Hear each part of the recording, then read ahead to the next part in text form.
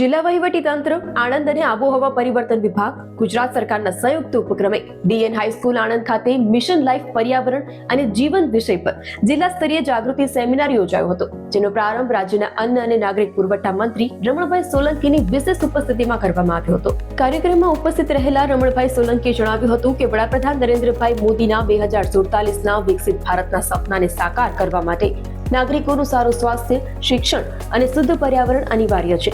તેમને ગમે તેટલી સુખ સમૃદ્ધિ હોય પણ જો શરીર સ્વસ્થ ન હોય તો નિર્થક છે તેમ કહી આપણી તંદુરસ્તીનો મુખ્ય આધાર આપણી લાઈફસ્ટાઈલ એટલે કે જીવનશૈલી હોવાનું જણાવ્યું હતું.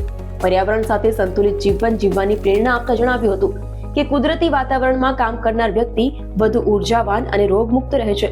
તેમને આધુનિક ખોરાકના બદલે આપણા પરંપરાગત ખોરાકને મહત્વ આપવા અને માનસિક તણાવ કે ડિપ્રેશનથી બચવા માટે યોગ, પ્રાણાયામ અને વ્યાયામને જીવનનો હિસ્સો બનાવવા અનુરોધ કર્યો હતો.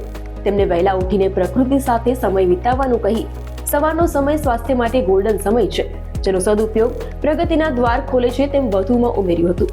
સેમિનારમાં જિલ્લા પંચાયતના પ્રમુખ હસમુખભાઈ પટેલ, સાંસદ મિતેશભાઈ પટેલ, ધારાસભ્ય યોગેશભાઈ પટેલ, જિલ્લા કલેક્ટર પ્રવીણ ચૌધરી, જિલ્લા વિકાસ અધિકારી દેવાહુતી, નિવાસી અધિક કલેક્ટર RS દેસાઈ, નાયબ કલેક્ટર સહિત મોટી સંખ્યામાં વિદ્યાર્થીઓ અને નગરજનો ઉપસ્થિત રહ્યા હતા.